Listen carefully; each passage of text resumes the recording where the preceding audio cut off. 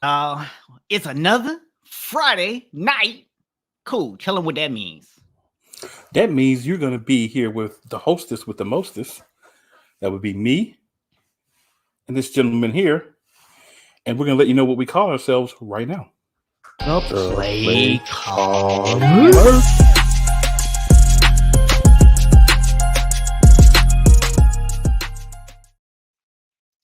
Yes, sir. Like I say, man, it's Friday night. Y'all know what that means. It's interactive sports talk with me, Box, and Cool. So, Yes, sir. man, crazy week in sports, man. It's been a minute, man. I feel like we haven't actually done a show in like forever because you were out 2 weeks ago. I was out last week. So it's just good to be back, man. To have the duo back together, man. It's great. I would definitely have to agree with that, man. I would definitely have to agree with that. So yeah, man, we got to talk a little. I know about college football. We got the conference championship weekend coming up starting tomorrow. Then that's going to really tell us a lot about who's going to get those 4 slots. But of course, we're going to, give our own opinions on that tonight. And then, we got to talk some NFL. That's mandatory. I don't know if you want to talk about this baseball strike. Challenge. Yeah, I don't know if you want to talk about this baseball strike or not.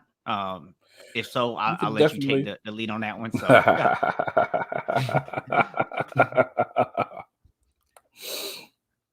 well, man, we'll do a quick. I'll do a quick, like 1-2 minutes on the baseball strike, just for those people who are baseball fans that might tune in with us. So, long story short, it's something that we kind of got wind of last weekend. We spoke of pretty quickly last week, but essentially, man, another strike with the Major League Baseball. Obviously, the players wanting more money, owners not wanting to give that up, more control, more power, those type of things. We're going to see where the line in the sand is drawn, how long this is going to last. But as of now, obviously, with it being their stalemate, there are no transactions that can be processed.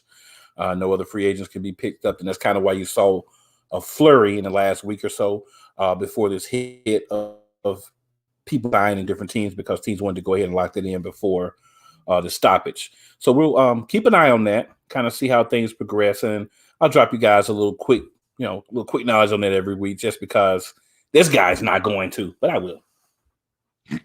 Sure not. If you want to talk baseball, you better stick with Cool. I'm not covering it. Won't do it. I'm like the Kimbe Mutombo. Not in my house. Won't do it. Can't do it. That's how the dude feel about it. But hey, man, since you brought it up, let's go ahead and talk about college football playoffs and these championship games coming up, and let's spend a little time on some college football this week. Let's give it some love. It's been neglected. And look, I'm gonna go ahead and actually start off with what was to me the biggest surprise last week, because I said 2 weeks ago Ohio State looked like they might be the best team. Like the defense had some question marks, but offensively they were a juggernaut. And I was like, man, they might have what it takes. They might be the only team that can compete with Georgia. And then they went out there and just got embarrassed by Michigan, man. That's what Michigan did to Ohio State. I mean, just straight mollywopped them. And this is a powder. This is Ohio State. This is Michigan. So, yeah, it's pretty much what Michigan did. I have to agree with you, man. There's no bigger upset that definitely happened last week than that game. Now, I did say, and I'm not trying to brand myself as the guy who picked Michigan, but I did say that this would be a year that Michigan had an opportunity. I'm not going to sit here and say I called for Michigan to win because I don't do that if I didn't. But I did feel like they at least had a chance. But, boy, I did not think they had that much of a chance. Yeah, so, I thought they had a chance, but, yeah, I wasn't expecting that. Yeah, that was crazy. So, there's so many ways to go from there. I mean, I'll just put it like this, man. We're not going to obviously sit here and talk about every game and every team. We're going to go over some of those top ones and whatever. And I'll let you kind of lead that part of the conversation on the top ones. But I'll just say this. Congratulations to all the teams who became bowl eligible. The teams that did not, man, a lot of you were close. So it's all good. You got next year, come back and knock some of these other clowns out that really shouldn't have made it this year. And that's all I'm going to say on the overarching. But just want to, throw out a little love to everybody. We have a lot of different viewers that have different teams. So if your team, did get there, congratulations. If not, man, next year's coming. And I think a lot of teams are going to be a lot better. And one other thing I have to make sure I talk about. And this, of course, is Miami related. So Taylor Van Dyke, our quarterback that came in after injury to our oft-injured starter, who we're just not going to name anymore because he's not going to be back. We're just going to start talking about Taylor Van Dyke. Taylor Van Dyke is the ACC Offensive and ACC Rookie of the Year. So props to him for that. Not going to go into all the details. We have a lot to talk about, but just at least wanted to acknowledge that, really good year. He had about 7 or 8 games at the end of the year with 300+ yards. Did a lot, improved dramatically over the year. Definitely didn't have his best game against Florida State. But hey, it happens. You can't win them all. But guess what? He's going to be back next year, and very happy for what he was able to do. Excuse me, not rookie, but freshman of the year. It's his college football we're talking about. Yeah, we're not going to spend a whole lot of time talking about the games because anybody who's watched our show for any period of time knows we don't do a lot of recaps on games. But do want to acknowledge Oklahoma State, man. They had lost a lot of games to Oklahoma. And, just like Michigan had to get over that hump against Ohio State, Oklahoma State had to get over the hump against Oklahoma. So now they get a chance to go to the Big 12 championship. If they can beat Baylor, they're going to get in to the playoffs. Now, where I'm going to ask the question is, if Baylor wins the Big 12 championship, do they get in? Because they've now, at that point, beat both Oklahoma and Oklahoma State. Is that enough for Baylor to get in?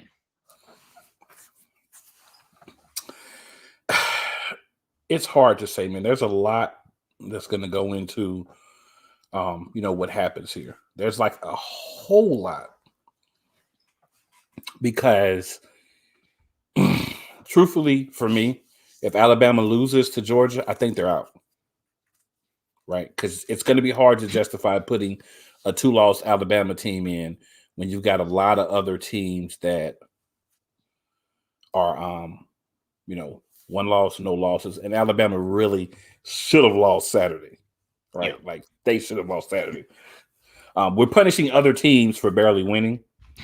We're going to have to apply that same thing to Alabama. So if you look at the last 2 weeks, you could be looking at a team that barely won and then a team that loses to Georgia, because I really don't think Alabama's going to be able to beat Georgia.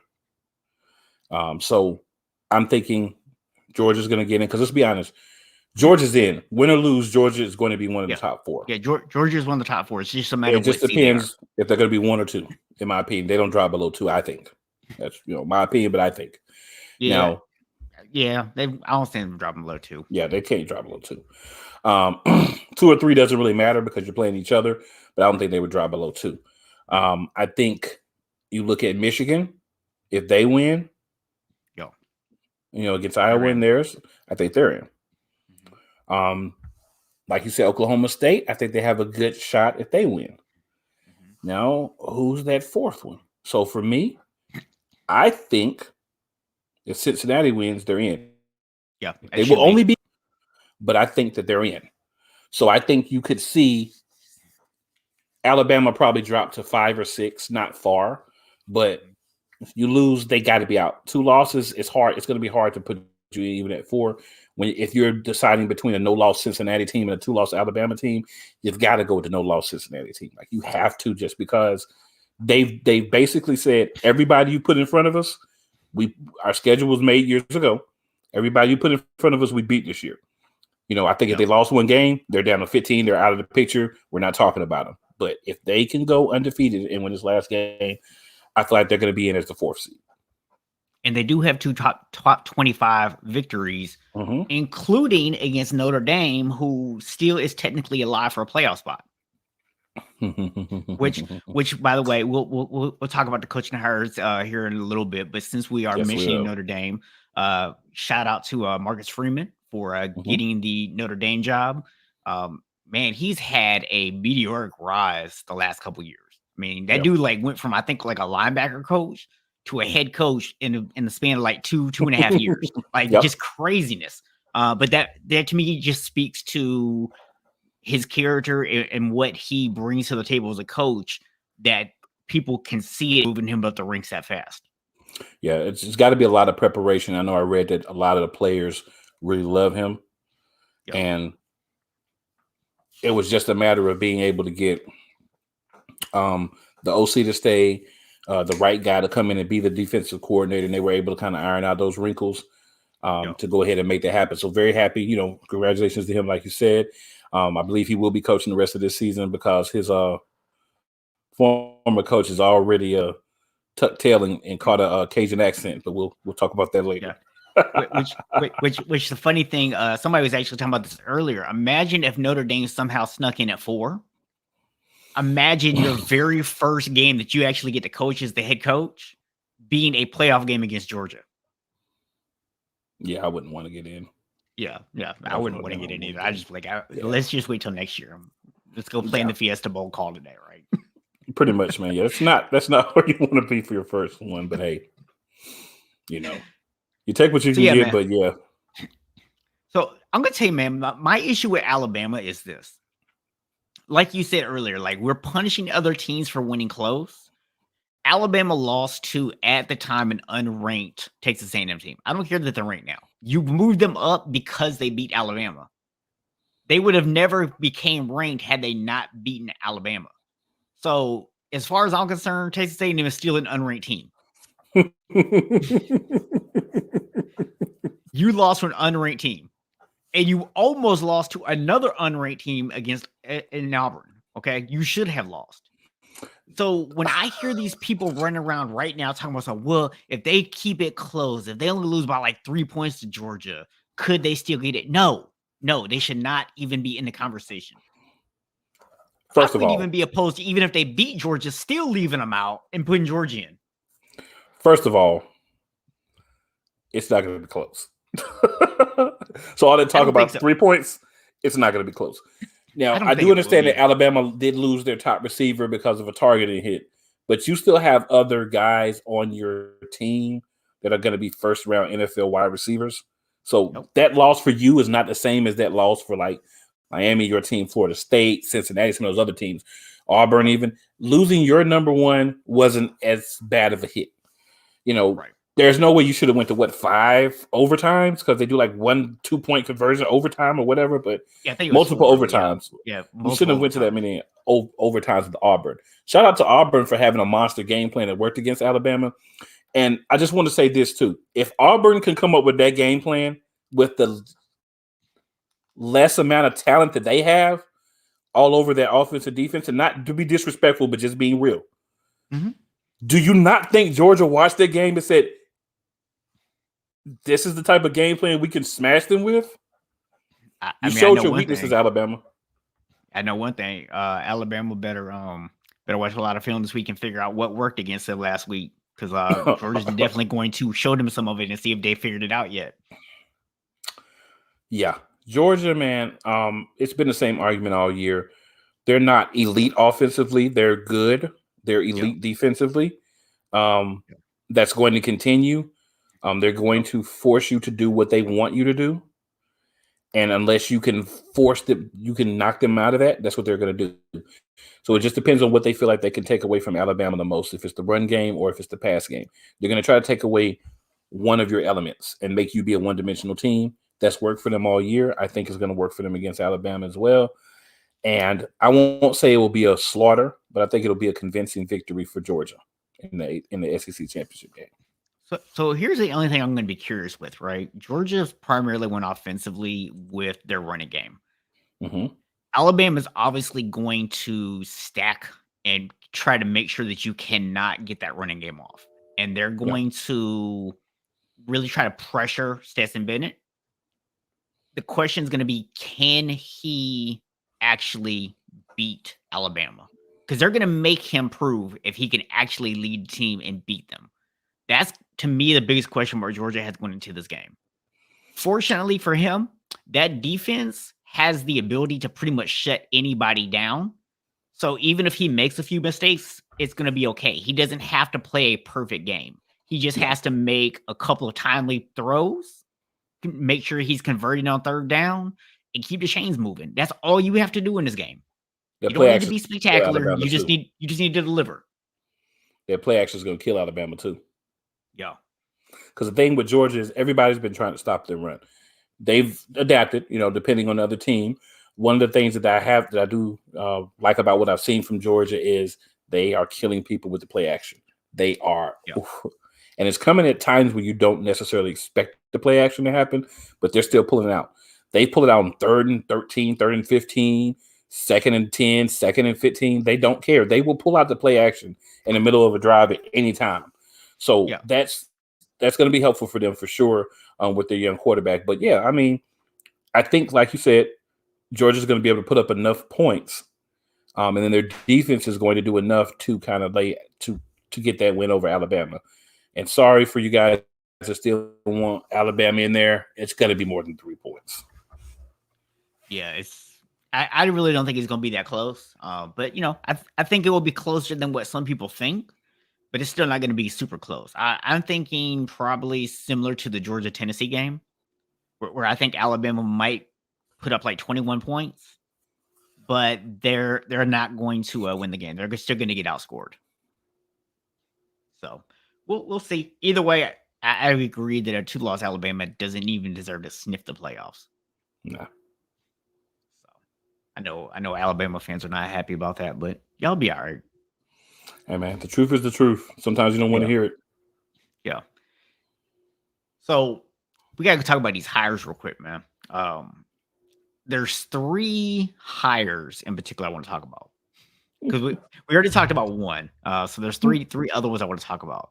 So number one, I want to give some credit here to USC and to LSU. Neither one of them played small. Neither one of them went for the up-and-coming guy. They didn't go for the hot coordinator. They were like, no, we're going to go out and we're going to spend big money and we're going to get guaranteed success. We're going to get guys that have done it. Because here's the thing. Regardless of what you might think about Notre Dame, Brian Kelly is a great coach. He's been successful everywhere he went.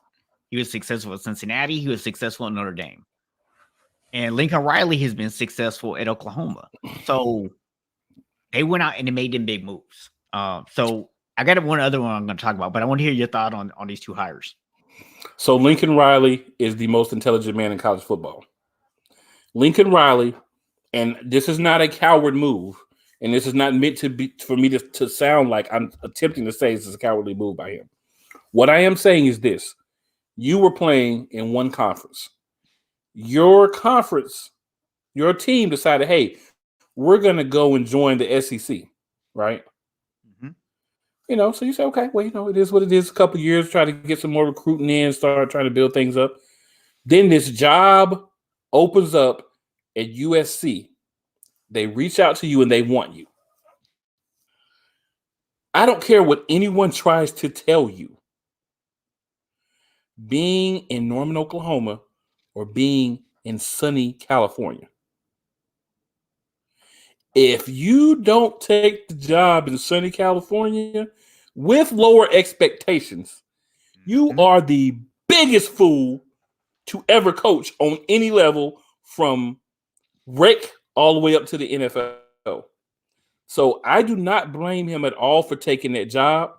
It was a wise decision. He instantly becomes like the Nick Saban type dude of the Pac-12, right? You slot yourself in where you're going to be a guy that's going to bring guys, and let's keep it real. He's already bringing guys. He already has guys decommitting from Oklahoma and coming within the USC. Yep. We already see that. So clearly this is a man that can lead them. These guys, these kids and their parents want to play for him, and they're going with him. You can't be in a better situation than that if you're Lincoln Riley. That was a smart move. People can call it cowardly, and there may be some cowardice in it, but it was still an intelligent move. And if I were in his shoes, I would have done the same exact thing. So real Go ahead, quick, man. I just want to throw in a comment on this. So I did find a bit of irony in this. The Oklahoma fans who were celebrating Oklahoma's decision to leave the Big 12 and go to the SEC had the audacity to call Lincoln Riley a traitor and put big banners outside that said traitor. That was funny. That was funny. I saw that. I'm like, bruh, you realize you're being a traitor yourselves. Yeah. You are as a university, as your a whole fan base, you're all university, traitors. Yeah, your whole university is trading, being traitors to the Big 12, and you got the audacity to get mad when Benedict Arnold stabbed the traitors in the back. Not only the audacity, but also the unmitigated gall to do that. You did promise shenanigans tonight. You did promise shenanigans. I did promise. I promised everyone that there would be. And what up, Witty Flow? We see you over there. But yeah, man, it's that's wild. Now, the other hire, man, like you said, it's a great coach. You know, I think he's going to do fine there, Brian Kelly. This is the only question I have. Where did Brian Kelly's Southern drawl come from? Please explain to me how that happened. I can only assume that when you get $95 million, you become country. That's the only thing I can assume. And that contract that he got, I know, you know, hey, you gotta take that money. Like, you gotta take that money. I'm just gonna put it like that. You gotta take that money. Now, I did hear some reports. I'm just gonna throw this in there that the former coach Ed Orgeron, this dude was really wilding. So the reports that I read was that he was at gas stations soliciting spouses of boosters for sexual favors. So I don't know what was going on with Ed Orgeron, but there had to be some type of substance involved. You know, whatever that substance is, I'm not going to try to guess, but I feel like there had to be something involved for you to think that that's a good idea in any way, shape, or form. So that's why he's up out of there. There's a Coach O joke in there somewhere that I'm just not gonna say out loud.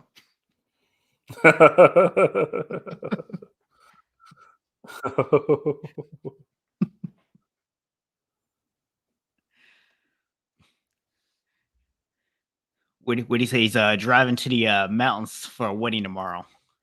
Well, man, we appreciate you tuning in and listening to us while you driving, man. You know, be safe. It's okay if you're not commenting, man. We don't want you to die or anything, man. So none of that, man. Absolutely, especially in the mountains. Yeah. But yeah, man. So the other coaching hire that I want to talk about real quick. You and I talked about this privately. I don't think we talked about it on the show, but when the University of Florida fired Dan Mullen, I asked a very simple question, and not out of hatred because they're my in-state rivals or anything like that, but legitimate question. You fired your last 3 coaches who have had success after one bad season. Who in their right mind would want to take this job? Right? Now, Florida, of course, wants to put a spin on this. They want to say, oh, we hired the up-and-coming guy. We hired the guy that everybody was going to want. But did you? I mean, look, you went and you fired a guy who is taking you to 3 straight New Year's Eve bowls. I understand his record against Power 5 team was not great. I get that. And I'm not saying that he was a good coach or anything like that. But what I am saying is the track record was there. And you come out and you say, oh, we're going to take our time. We're going to interview all these people. It's going to be a long process. We're going to make sure we get the right guy because we want consistent success. But then you go out and you hire a guy who's only coached in the Sun Belt Conference. And you're like, well, he coached under Saban. He coached under Dabo. That doesn't necessarily mean anything. There's lots of guys who have coached under great coaches who aren't great coaches themselves. This guy has done nothing to show you that he can consistently help you win, and he's definitely not showing you that he can consistently win in the SEC. Bill O'Brien. In my mind, what happened is Florida reached out to people behind the scenes, and people told him, nope, not coming there. You guys are too quick to want to fire everybody after one bad season. And that's why they end up settling, and that's why they ended up hiring somebody so fast. I mean, it makes sense, right? There's no like, oh, I don't know why you came up with that, man. That's ridiculous. I mean, it makes sense. Florida has to learn something that we've all had to go through. And by the way, what up, Big E? Big E. But Florida has to learn something that we all have to go through. You're going to have bad seasons, right? You had a bad season. I had a bad season last year. Not a great season this year, by any means. But we're not running around firing the coach every other year if it's not a great year, because you have several different things. Number one, you have to give a coach, I think, 2 to 3 years because they have to bring their own recruits in, right? What kind of recruits are going to Florida if you know that, oh, man, if we have a bad year, I'm going to have a new coach, right? Yeah. That definitely makes me feel like I don't want to go, to Florida if I'm an athlete, especially football. Yeah. Now, you look at it from the point of view of simply saying, okay, they said they were going to do this thorough search. Mm-hmm. I don't know what your definition of thorough search is, but mine is we're taking weeks, possibly months, to vet a whole bunch of candidates down to the last few that we feel are the best or the pinnacle of what we want, and then we're choosing from them. Not in about a week, we automatically just hired a coach from somewhere. It was like 2 days, bro. Well, I was just giving them a week as far as from the actual firing date, like when they decided to fire a dude. You know what I'm saying? Yeah. But yeah. So the thing is, you have to stand by what you say. And they didn't do that. Like, if you're going to say we're going to do a search, if you really can't do the search because other people don't even want the job, you still have to publicly make things happen. Eric, you, my good man, could work for Florida because you have the right mentality.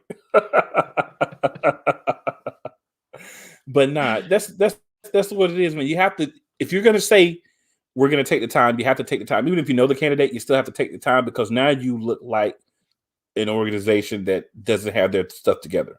And right. Guess what? You are an organization that doesn't have their stuff together, but you don't want to look like it. It is right. What it is. Yeah, I mean, I think with the very rare exception that you have someone who loses a team or someone who just doesn't show they can get it done recruiting, that's the only time you move on from a coach early.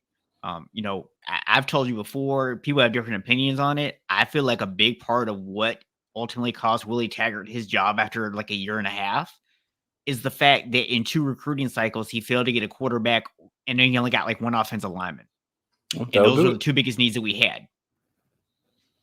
They'll definitely do it. Yeah. I mean, because like you said, you have to give a coach time to get his recruits. If you've had 2 recruiting cycles and you can't get the guys you need, it's not really unreasonable for the program to look at you and go, you might not be the right guy. It's not that hard. It's really not. So what do you say? He feels like 3 years is a good time frame for a build. The next 2 years would be like. Well, 3 years is a good time frame, unless you're at Florida, because then it doesn't matter what happens the next 2 years if you don't win. Yeah, you have to have some patience and some understanding about what you're doing. They clearly didn't do that, and it's putting them in a bad situation. I myself, as a Miami fan, I chuckle a little bit about it, but as a college football fan, it's like, come on, man, you gotta do better, right? I just wish they would have waited until the end of the season to fire him. That way they wouldn't have came out motivated against us either. I hear that. I definitely hear that. But yeah, man, one of the quick things I wanted to give a shout out to is we're both ACC fans. A lot of Big Ten fans we have. So I just wanted to shout out the winners in the ACC Big Ten Challenge. The Big Ten did take the whole thing 8-6 because some teams that should have won didn't win. There were some teams obviously that weren't going to win. So, never going to sweep the other team, but it is what it is. Yeah. So just wanted to quickly go through, and highlight the winners. So Iowa beat Virginia.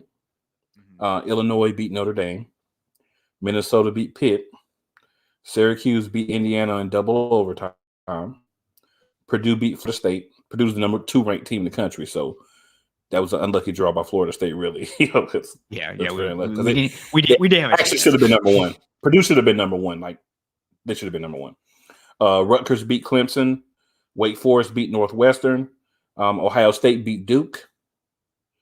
So I just want to say on that, the one time that I want Duke to win, you don't win. Right? And the challenge when I'm like, okay, let's win this game. Let's get the ACC because you really need Duke and North Carolina to win for the ACC to really have a chance. So Duke, the one game that I'm like, okay, Duke win. This is what you do. And you wonder why North Carolina fans don't like you at all. I'm pretty sure that's not really why North Carolina fans don't like them, but okay. We're gonna go at that right now. Michigan State beat Louisville. NC State beat Nebraska. Virginia Tech beat Maryland. Maryland's a team that I always like to see lose because they ran away like cowards for money that they're not getting. Miami beat Penn State. North Carolina beat Michigan. And then Wisconsin beat Georgia Tech. So I definitely agree with that win. You cannot rely on Duke, but hey, you want them to win for the challenge, right? But you can't rely on them. And Whitty represent NC State there. Yes, sir. Little pack love. So throwaway fact or throwaway bit of info. I'm gonna slide in here real quick. I am actually going on February 12th to the UNC Florida State game in Chapel Hill. Okay.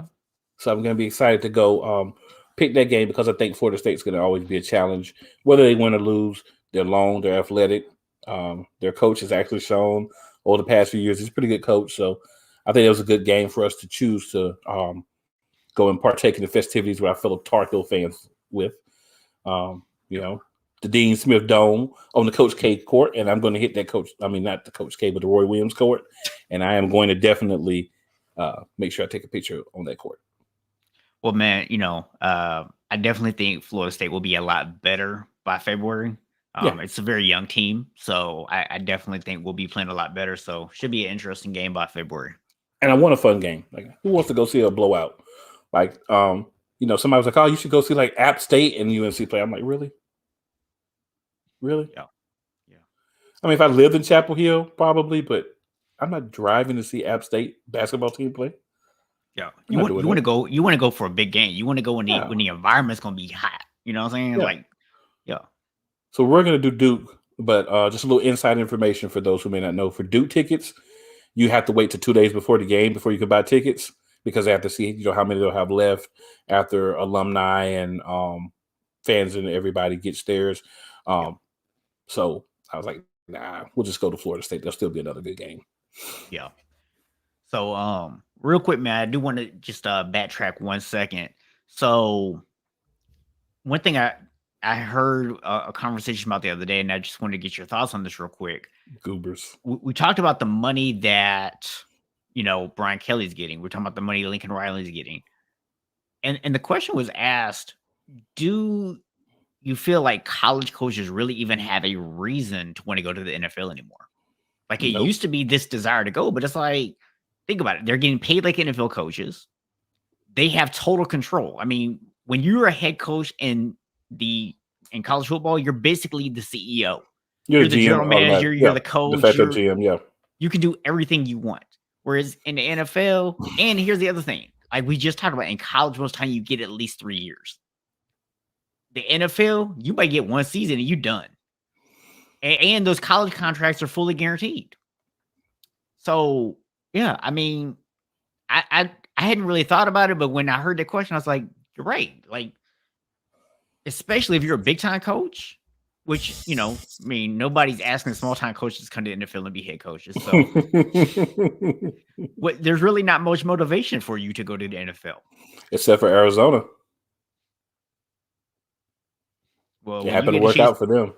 Well, when you get a chance to go, I guess draft your own quarterback, It does help, right? it does But help. yeah, for me, it's only if that was your aspiration. Yeah. So, like, if that was your drive, like, I want to be an NFL coach.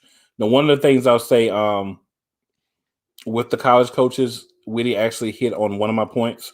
So I'll go ahead and let him have that one, which is the college football might be more stressful, academics, and then keeping up with the players, making sure they're performing in the classroom, they're going to class, they're staying within what they need to do, that they're not getting outside things outside of what's outlined in their NLI things, the NIL, name, image, and likeness. Outside of that, making sure they're not getting any other under the table funds or anything. And the recruiting, those things could be stressful. I know that our favorite college turned pro coach, that guy down in Jacksonville, says he doesn't want to go back to college because it's stressful, all the recruiting and things. But I think, like you said, if you're a college and you're a good college coach, you could pretty much write your own checks. You don't have the same, like, you're not stuck with the team for a certain amount of years like you are in the NFL. Like in college, you go to the team, you stay there 2-3 years, you're like, I don't want to be here. You just go somewhere else. They're going to pay you. You're going to buy out of your old contract. Depending on how high profile you are, the buyout's going to be less. Because I think I was looking at Brian Kelly's buyout. I think it's like what, $22 million whenever he wants to leave or something like that. Like really low compared to the amount he's actually going to make. So yeah, I mean, I think if you don't have that desire and it was never your goal to go to the NFL, I don't think it's a like, oh, I've been in college 10, 15, 20 years. So, I got to go to the NFL because, I got to be on the next level. I think you can be fine in college and never go to the NFL. Nick Saban learned the hard way that the NFL is not all it's cracked up to be. And a lot of times, if you're a college coach and you go in the NFL, you're not going to a team that is ready to contend. Right, you're normally going to a low-end team. They're not very good. They're drafting high. So you do have that edge of that first maybe year or two. A lot of the guys coming in, you can have some extra input. But I don't really think there's a lot of a difference to be in the NFL unless that's where you want it to be, right? If that's what your dream. But if it's not your dream, you're probably better off staying in college. Yeah. So man, we got to talk a little NFL now. Yeah. We only got about 20 minutes or so here. Still got to get our picks in, but chat a little bit about this playoff picture, man, because it's starting to come into formation here a little bit. We're starting to get a little clarity on the playoffs.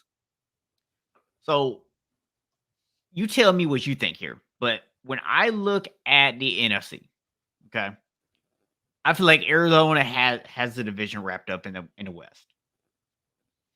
The only team that could really challenge them at this point would be San Francisco, and we lost to them twice. There's no way we're overtaking them when we've lost head-to-head to them twice. So I feel like Arizona has that wrapped up. That makes sense. Green Bay, I feel like they've got the North wrapped up. I don't see anybody really taking Green Bay out there.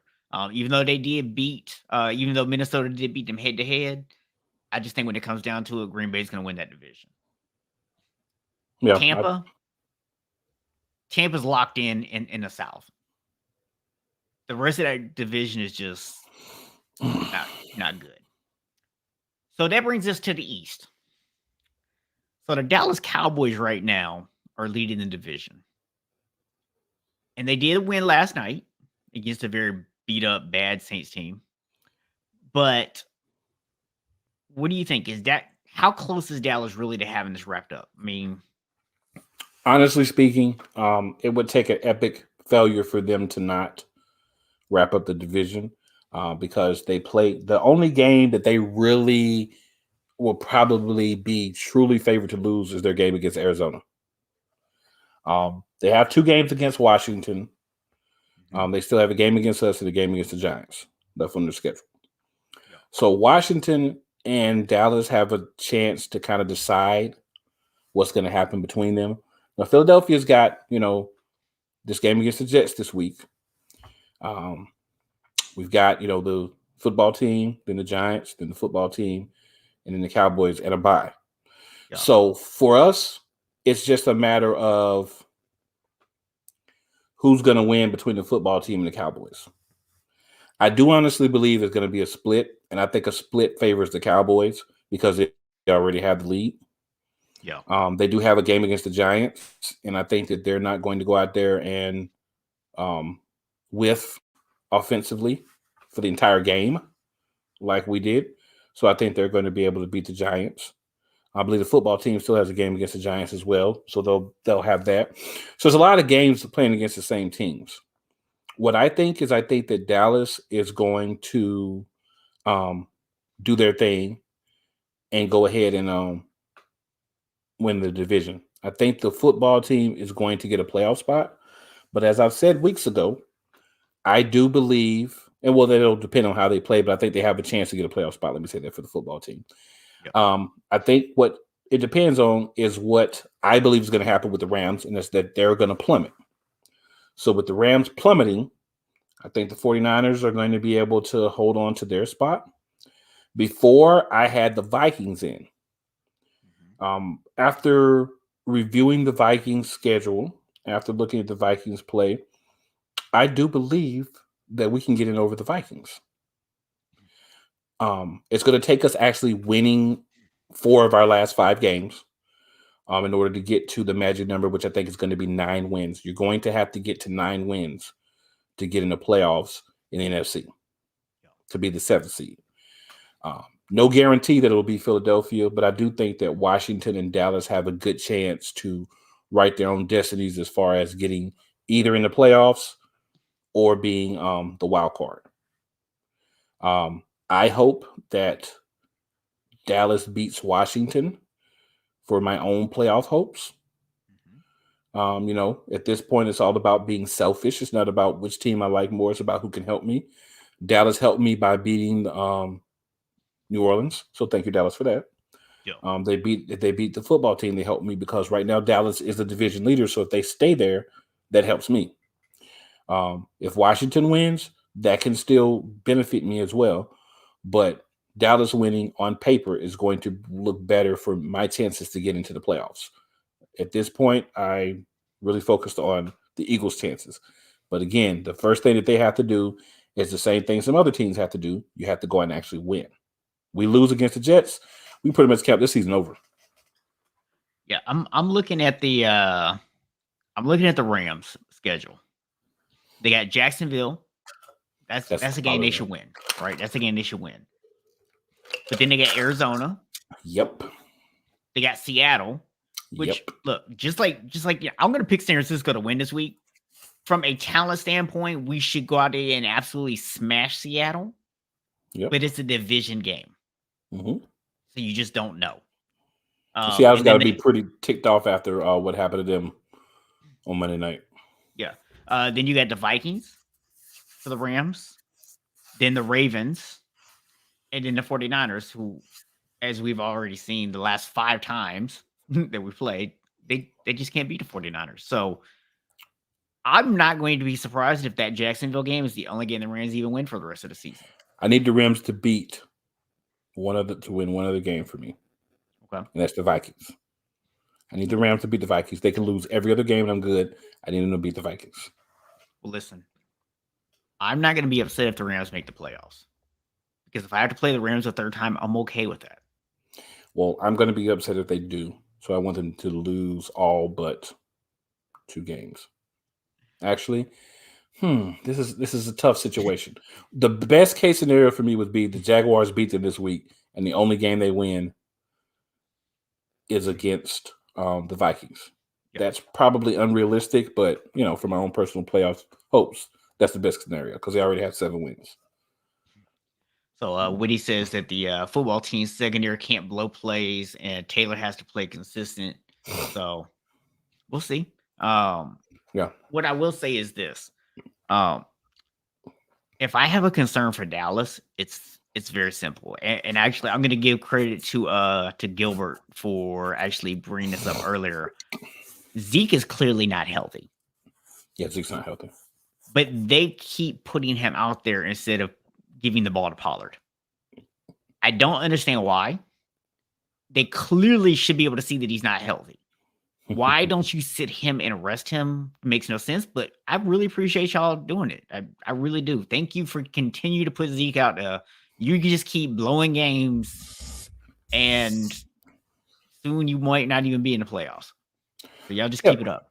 So last Friday, I was on Snowman in the Morning. Shout out to Brian Snow, host of Snowman in the Morning. And we talked about that. And what I said was, and I'll just repeat it here. An unhealthy Zeke playing is the stupidest thing that you can do if you're Dallas. If he needs to rest until the end of the season, you have Pollard. Mm-hmm. Is he Zeke? No, but he's a guy that can step in and, get you some yards on the ground and do what needs to be done while he's Zeke not garbage. gets better. Right. And even if he was garbage, you cannot play at Zeke because he's going to get hurt further and he's not going to get healthy. If you want a chance to do anything in the playoffs, it's better for him to sit now and not when he's not going to be able to come back because he's injured. And I'm not wishing injury on anyone. That's what I don't do. But if you're already hurt and you're never given the opportunity to get healthy, you're going to get injured. That's when you play a violent game of football. That's what's going to happen. So they need to sit him and they need to get him prepared for the playoff run that they hope to make. If they're not going to do that, they're going to end up losing him at some point, and then a whole bunch of people are going to look stupider than they already look. I hear door creaking over there, man. I was waiting on Mystical to come up, Here I go. So I'm looking at let's just pencil Dallas in for right now. Let's just put him in. We should. I think we should. Right now, we should. I think. So right now, I feel like the 49ers, looking at the remainder of our schedule, I feel like we control our own destiny, and there's no reason we shouldn't be able to stay in at least the 6th spot, possibly move up to the 5th seed. I mean, it's not really going to matter too much which one we end up getting, but that's where I see us, which would right now put us in a first-round matchup against either the Bucs or the Cowboys. Personally, I'd rather play the Cowboys. I feel like Tampa's run defense might give us a little bit more trouble than Dallas would. So, I mean, granted, Tampa's secondary is hot garbage, but I'm always going to rather depend on my running game than to depend on Jimmy, even though he's playing well right now. After that, man, it starts to get really open. I think, Washington, like you said, they have a chance to get that spot. Minnesota has a chance to get that spot. And then after that, man, it's hot garbage. I'm gonna put it out there like this: the Falcons aren't going to get that spot. The Saints aren't going to get that spot because they're both going to continue losing. Yeah. So if we can win, we could slide up probably at least to the 9th one in probably the next 2 weeks. Because think about this: we haven't had our bye yet. Yeah. So if on that bye week we can get some help, and teams like the football team, the Vikings losing, that's going to be very beneficial for what we're trying to do. Now, if they win that week, that's a loss for us, really. Yeah. But, if we can get to 6 and 7, and there's no guarantee. People running around all week, the Jets, the Eagles are 11-0 against the Jets and blah, blah, blah, and blah, blah, blah. Well, guess what? We hadn't lost to the Giants in a while either, and guess what happened on that same field? Some things that were not pretty happen, and they can happen again. So no guarantees, but we control our own destiny as much as the football team does, as much as the Vikings do. I think the Falcons and the Saints, who we've beat both of those teams, so we would get in over both of them anyway with the same record, are not too much of a concern. Yeah. But the Vikings are a little bit of a concern. We're going to need them to lose some games. Yeah. Yeah, and when I'm looking at the Rams, I mean, like I said, this is a team that they could win a bunch of games, they could lose a bunch of games. So right now they're sitting in that 5th seed. I don't think they're going to stay there. I do think they're going to probably make the playoffs, but I don't see them staying in the 5th seed. And they lose a couple of games, it opens up the window for Washington. It opens that door up for Philly. Like you said, some of these other teams, the Falcons, the Panthers, the Saints, the Giants, them teams aren't getting into I just playoffs. want to put this out there. I know a lot of people give the grief for being a home run. This is the most realistic I've been on the Eagles in a while. If we lose this game, it's pretty much done Yeah, for our it is. season. Yeah. So we're in playoffs now, right? We can lose probably one more game and get in at best. You really want to run the table with these next 5. Yeah. We can lose one of them and still get in. But if we lose 2, we're done. Just to show people like the numbers of this, like how important wins are this time of year. Going into the Minnesota game, San Francisco had, I think it was like a 36% chance of making the playoffs. If they had lost that game, I think it dropped to under 10%. By beating Minnesota, our chance of making the playoffs is now like 72%. Yep. I mean, that's how important winning every single week is at this point in the season, especially when you start looking at that 5 through 7 seed, because it's tight. There's not a big difference between a lot of the teams. We're talking like 2 games between a lot of teams. Nat booty tight. Yeah, nat booty tight. Tight like hallways. And yes, Woody, you're right. Debo is a beast. He's a welcome addition to my fantasy roster this year. Thank you, Debo. So he says, you think Derek Carr could win anywhere else, or is that what we've seen him at his peak? I will tell you that my co-host probably does think that, and I don't. Yep, I think Derek Carr is an average quarterback. I think he's above average. I don't think he's great, but I think he's good.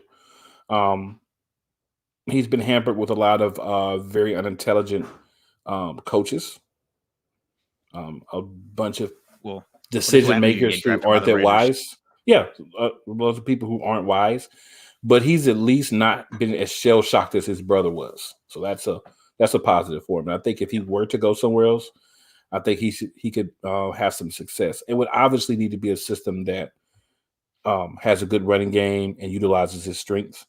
But I think he could be successful somewhere else. Not anywhere else, but there are places he could be successful. Yeah. Now, like Denver. Now flipping over to the AFC. It's a little bit more questionable over on that side of the NFL. Because here's what we're looking at right now. The Ravens are right now the 1 seed at 8-3.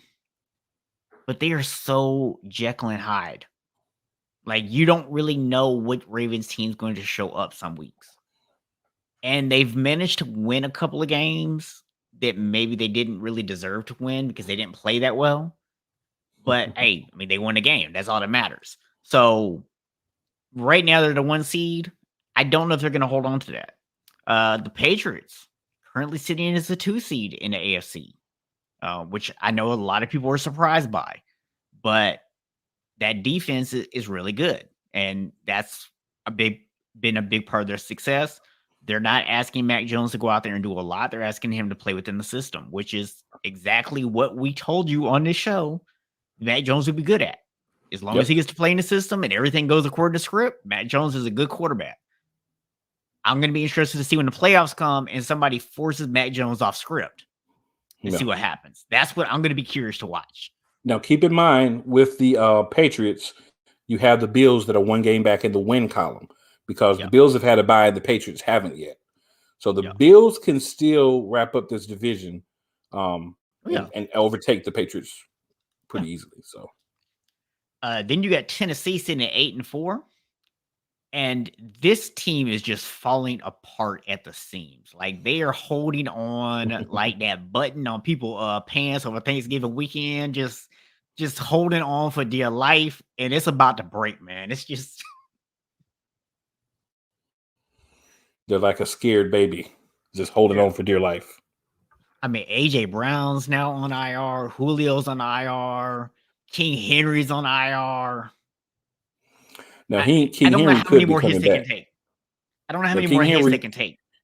Might be back in a couple of weeks. And the thing is, they have a bye this week. So Tennessee's on a bye. So that's going to be good for them. At least being able to regroup, figure out what they could do. So that'll be beneficial for them. But still, their division, right, you don't really, if you look at their division, you don't see anybody that you're like, they could jump up and take them out. But you could lose seeding and end up dropping to like the 4th seed, which would put you in a much more difficult game that you probably wouldn't want to happen. He said it's dangerous times for them Titans. It's dangerous times for everybody. Then you got Kansas City coming in at 7-4. You got the Cincinnati Bengals at 7-4 right now as that first wild card team. But here's the reality: Baltimore is 8-3. Cincinnati can still win this division. They are not by no means out of this divisional race yet. Buffalo, as you mentioned earlier, right now the 5th or the 6th seed. They're also 7-4. They're not out of their division yet. They could still win. You got the Chargers 6-5. They're not out of it. They could still overtake the Chiefs. They're only one game back from the Chiefs. And then right behind them, actually with the same record, the Broncos at 6-5 and the Raiders at 6-5. And the Raiders. Yeah. And then you got the Colts crazy thing about 6-6. all this. The crazy thing about this is I want to shout out the Denver Broncos, man. Denver Broncos, they lost Teddy, right? He got hurt. Don't know if he was able to come back in the game or not, but I did see that he got hurt. But I want to shout them out for going out there in the 4th quarter and getting a big win, because Denver has been getting mollywopped the last few weeks. But you know what? They turned it on, and they're sitting right there with everyone else in the division. And I think because of tiebreakers, they would actually, if they had the same record, it looks like they may jump over the Chiefs and bump the Chiefs down. So just want to shout them out for that, man, for having that fortitude that we always talk about. Like we always say teams need to be tough. We always talk about how teams need to, be able to handle things when they don't go their way. Denver's done that, and I have to respect that. Yeah. I'm going to tell you, man. When I look at this, the NFC, we kind of gave who we thought was going to be in the playoffs, because I think it's a little more clear. Like that 7th seed is where the question marks come in, right? AFC, I have no clue. Like, look, I can sit here and tell you that I feel really good that Baltimore, New England, Cincinnati, Buffalo, those would be my 4 that I would say like are definitely in. It's just I don't know where they're going to get seated at. Well, I'm gonna say Tennessee. But those other 3, there's about 6 teams that could take those other 3 spots. Well, I'm gonna say Tennessee because their division is soft this year. So I'm gonna say Tennessee should be good for getting in. Now the problem is gonna be if they don't get King Henry back, which he could get back. If they don't get him back, it's gonna be one and done for them. I'm not even convinced they get in without him. I think they need him back to even have a chance to get in. And it really there's a chance he could play the last few weeks.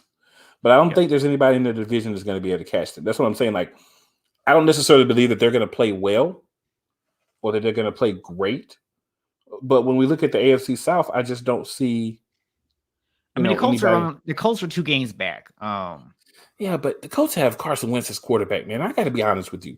I don't believe in him. And it's you could feel like that I'm saying this because he was on my team, partially, but because I also know him, right? I've seen him play for years. I know his mentality. This guy is not going to be able to handle that pressure when you get down to the end of the year and you've already had your bye. You've got 6 wins, but you also have 6 losses, right? Mm-hmm. So you're going to have, a game that I think are they on bye this week? They have a bye coming up. No, I know the Tennessee is. Oh, Indianapolis? Yeah, the Colts might be on bye too because they haven't had a bye yet. I don't think they're on bye. Because I have Jonathan. No, I know that for a fact they're not, because I have Jonathan Taylor in my fantasy league. Yeah, they're not. I'm looking to see if I can see when their bye is. But they have a bye coming up in the next few weeks. Yeah. So the thing is, they're going to have a bye. The problem with a bye is it can go good or bad for you depending on how things go. Let's see where they're at. Yeah. I mean, I don't know, man. Just to me, I do think Indianapolis is better than the record says they are. And their bye really, is week 14. I actually see them as very. Willie said it's next week, yeah. Yes, week 14, yeah. I mean, honestly, I see Indianapolis as being a team very similar to my Niners. they're going to try to go out there and win by playing good defense and running the football, and they're not going to ask Carson Wentz to do a lot. Well, if you go out and you ask Carson Wentz to start doing a lot, you're not going to win. Well, that's the thing. The last few weeks, that's what they've been doing. Yep. They've been asking him to do a lot, and we see what the outcomes are. Yep. My thing is, if they get back to running the ball, then yeah, they're going to be more dangerous. But a lot of these teams, they get this thing in their head, we've got to throw the ball more. Yeah. And it doesn't work out for them. And I think that's going to be one of those teams that Frank is going to want to rely on his buddy Carson to get some big plays down the stretch, some big wins to stick it to Philadelphia a little bit because of what went down. And it's going to backfire on you, and you're going to be on the outside looking in. I mean, look, if they get back to running the football, we are in disagreement that Indianapolis is not going to make the playoffs. If they continue to rely on Carson Wentz, yes, I agree with you. It's not going to end well. They're going to have to win a division to make the playoffs. So the thing is, it's going to depend on what Tennessee can muster. And Tennessee, they're not the greatest where they are right now. But like I said, I don't think that Indianapolis is going to be able to catch them. But hey, I could be wrong. But I don't believe Indianapolis is going to make the playoffs this year. It'll be interesting to watch. And then the AFC West to me is the most intriguing division because all no four clue teams about are that in one. Yeah, all four teams are still in that one. So you would not get me to make a guess. The East, I have no clue. Yeah, the East is really just New England, Buffalo. There's nobody else really involved in that conversation. And the South, we just had that conversation. There's really only two teams that can do it there. The North, is still a little bit of a toss-up, but I still think it's mostly Baltimore, Cincinnati at this point. I don't see Pittsburgh winning that division. So or Cleveland, really, yeah. Or Cleveland, yeah. So, that's kind of where it is right now. So, man, let's go ahead and get to these picks because we are already a little bit over time here. And I still didn't even get to talk about something I wanted to talk about. We'll talk about it real quick, man. All right, bet. So, Antonio Brown was suspended for 3 games for a false COVID card. He actually went after returning the card and got the vaccination. So he is vaccinated. You have people calling for his job, saying he should be banned for the league because of other things. But we just allowed Aaron Rodgers to say that he, to give the impression that he had taken the vaccination and didn't. And there was no suspension. There were 2 other gentlemen that also got the same 3-game suspension as Antonio Brown. I don't know if those guys actually went and got vaccinated or not, but I feel like 3 games for someone who did actually go do the right thing and get vaccinated after they turned in the false card could be a little bit much. But for people to be out here saying that this man should be let go for that, I think it's a little laughable, and it's a lot of over expressing how you feel because you don't like some of the things that he's done in the past. He's been a model citizen besides this since he's been in Tampa Bay. So if we're going to go and we're going to drag up every negative thing that someone's ever done and try to tag it all together, even when it's spaced out, come on, guys, just let this guy play. He made a bonehead decision. He's going to pay for it. We don't have to go through all this. Let's just stop it. We're not doing it to Aaron Rodgers. Let's not do it to this guy. Let's just stop it. Yeah, I mean, to me, the situations are slightly different in the fact that, Antonio Brown, by turning in a fake vaccination card, assuming that it was. I mean, I don't know how you even prove that. But assuming that there's actually some actual proof of it. That's what the NFL is saying. So, yeah, I don't necessarily have an issue with you suspended because he actually basically was telling his teammates that he's vaccinated. And that wasn't the case. Aaron Rodgers at least told his teammates that he wasn't vaccinated. Now, remember, he did go get the vaccination after turning the card. So they didn't say the time frame. I don't know if it was a week or 2 later or a month, but he did go actually get vaccinated. So there is a point in time that he actually was vaccinated. So I don't have a problem with him being suspended because he turned in a card. Yeah, but I'm just saying that's what I'm saying. That's the only difference to me. That's why I don't mind the suspension when Aaron Rodgers didn't get one. But I do have the same issue that you do with people over the time. Oh, he should be out of the league. For what? This dude could have done way worse stuff than what he did. Now, it'd be one thing if he lied about it and then he got COVID and then he gave other people COVID. And then if you want to talk about at that point that he should be out of the league, cool. But he didn't. So it's a mute point. I love Witty Flow's comments. And also, real quick, just a second, shout out to the Phoenix Suns, 18 straight franchise record. They just took over the franchise record for the 2006-2007 team. Like to recognize when teams have, those type of things happen. So shout out to them for that real quick. Yo, absolutely. All right, so you ready to get into these picks now, man? Let's go. All right. First up, man, tough one to call for you. The Giants at the Dolphins. I'm gonna go Dolphins. Dolphins playing good. You know what? I'm gonna go Giants. Okay. Got the Colts at the Texans. I'm gonna go Colts. Yeah, I mean that situation, you would be wise to go Colts, and so will I. Yep. I've been wrong about the Texans exactly twice this year, and I've picked against them every week. True, Eric. Eric made a couple of good points there. Yeah, so Eric said that when you get vaccinated, you're input into the system and ID of the doses and put it on the card. That is true. I have a card that has that information. This is very true. Yes. All right. So next up, we got the Vikings at the Lions. I'm gonna go Vikings. You know what? The Lions got to win a game. I think this is the one. Upset. I mean, if Dalvin Cook is out, which I think he is, then He's out. They definitely have an opportunity. Eric said he's picking the Dolphins, the Colts, and he's picking the Texans again. Okay. Hey. And he's picking the Vikings. Yeah, I'm going with the Lions this week, Ben. All right, listen. I know we joke with each other about being homers and everything, but there's nobody out there that should be picking the Jets over the Philadelphia Eagles this week. We should just all be going Philadelphia. Philadelphia, please don't let us down. I'm not even going to ask you who you're going for. Don't let us down. The Cardinals. Witty Flo said never count out Counselor Kirk. How he did last week, Witty? Huh? Why you always picking against my team? Lions don't have to win. They don't have to win, but they don't have to always lose either, Big E. Right. Well, they didn't lose 1 week. They tied. Appreciate the good luck, man. We might need it. We got the Cardinals at the Bears. Well, definitely take the Cardinals. The Cardinals. I think there's more doubt about whether Kyler Murray and his BFF, who also never wants to play anymore, will actually play this week. Yeah. Instead of the actual outcome of this game. So correct.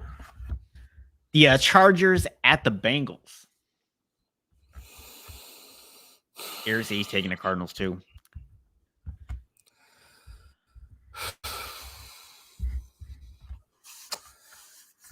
I'm gonna go Bengals. I'm going to tell you right now that the Chargers are going to win this week, because every time that I pick the Chargers, they lose. So I'm picking the Bengals this week, which means the Chargers will decide to prove me wrong and they'll win. Let's hope that you're wrong about them winning for once. Yeah. Big E picks the Bengals. Witty Flo is going on with the Chargers. All right, the Bucks at the Falcons. Definitely going to go Bucks. This is a stone cold lead pipe block. Bucks. Got the Jaguars at the Rams. I'm gonna go Rams. I'm gonna go Rams. I'm gonna go Rams in this game. I'll be happy the Jaguars win, but I'm gonna go Rams realistically. Yeah. The Washington football team at the Raiders. This is interesting for me. I'm gonna have to go Washington football team because they get the Raiders at this point. This is So he said the Bucks, Woody Flo has expressed his feelings on Matt Ryan. His disdain for Matt Ryan. He's also taking the Rams, said they need it. Woody's, of course, taking Washington. And Woody's, of course, taking the Bucks over Matty Ice. Yeah. Eric's also taking Washington. I'm also taking Washington. So clean sweep. Got the Ravens at the Steelers. I'm going Ravens here. Ravens, definitely. Yeah, I got to go Ravens here. 49ers at the Seahawks. Definitely taking the 49ers. It makes sense to take the 49ers. The Seahawks have looked bad. I don't think they've quite found their rhythm yet with Wilson back. I think it's going to take them another week to really get what they need to be. And San Francisco is not going to have any pity on them. Yeah, I'm going to tell you, my only fear is that we generally don't play well in Seattle. And that's a bit of a concern for me. But, I'm hoping that embarrassing loss to Arizona when they didn't have Kyler Murray or D-Hop or AJ Green seemed to have been a wake-up call for my team. Yeah. We had a players-only meeting after that game, and we've been playing lights out since then. So hopefully that continues and we go out there and handle our business and just beat them up. Hey, if it makes you feel any better, my team is consistently inconsistent. Yes, they are. So let's see. So E took the Ravens, even though Lamar still looks bad. He's also taking the Seahawks. You were doing so well, E. You were doing so well with your picks. Well, actually, Whitty agrees with you. Yeah, Woody said Pete's taking that L and Russ is gone next year. Eric said he's an inhabitant of the island. I would not being there. I would not be surprised if Seattle has to blow this whole thing up next year and start over. And they better find some ways to start trading some people because they don't have any draft picks because that Jamal Adams pickup has completely backfired.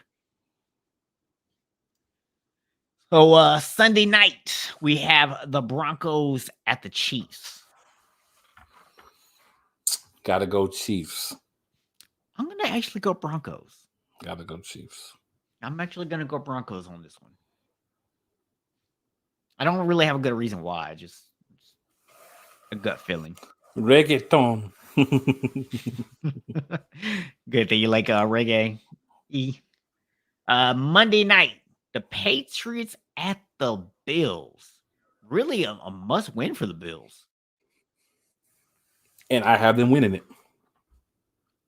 Yeah. Josh Allen's going to put on his big boy pants and he'll go out there and make a way. Because he hasn't been doing it the last few weeks. He said he's taking the Chiefs. You know what, man? I agree with you. I think that Buffalo needs this win really bad, and I think they're going to find a way to get it. He's also taking the Patriots here, so. I mean, it's not a wrong pick in that game, right? It's not a wrong pick. No, I mean any pick on that game actually makes a lot of sense. Whitty must be running a little behind since he's on the road. Yeah. So next week, Thursday night, we continue our trend of bad Thursday night games. I don't think we've had a good one yet. We did have that one good one. The Packers and the Cardinals. That was a good one. Oh yeah. But other than that, so we got the Steelers at the Vikings. So this is. What do you think about that? I'll just show Woody's. He wants Matt Jones exposed. He says Buffalo does need it. He just don't think they'll get it. Patriots defense getting better and better. I'm gonna go Steelers in this one. I think it's gonna be one of those games that comes down to the run. And I know that the Vikings have a good guy that puts up stats in Alexander Madison that'll play. But Najee Harris is a man's man back there. He's a grown man. And I think that he's going to be able to be the difference maker in this game, along with a little Deontay Johnson sprinkle in there for positive purposes.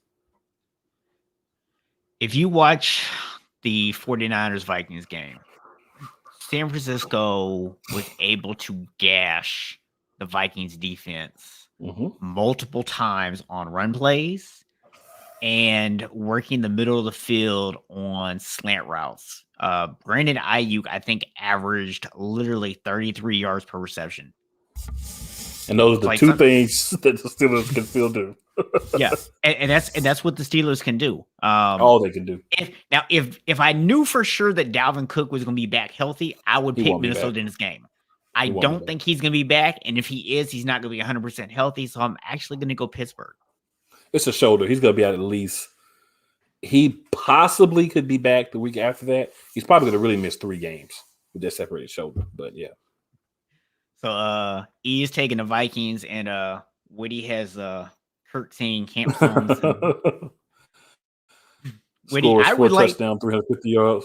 Woody, I'm going to challenge you to go and find the last game that Kirk Cousins had 350 yards and 4 touchdowns. I'm going to challenge you to go find that game. Yeah, they're going to lean on that run. They're going to try to at least. Camp songs are not.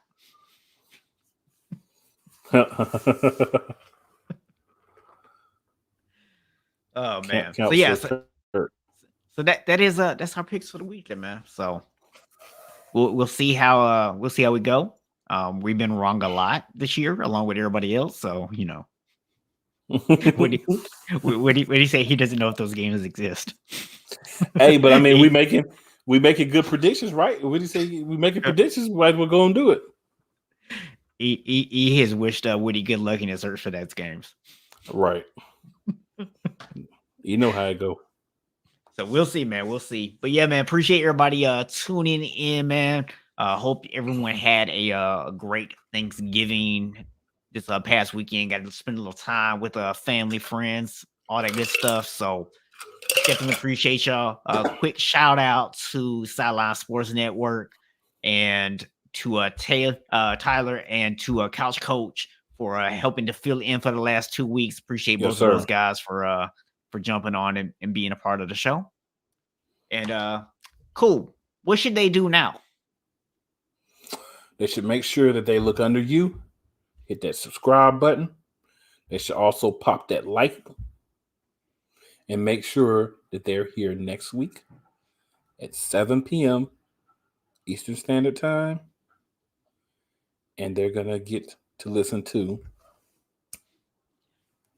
Put it on your calendar because it's going to be the Play Call.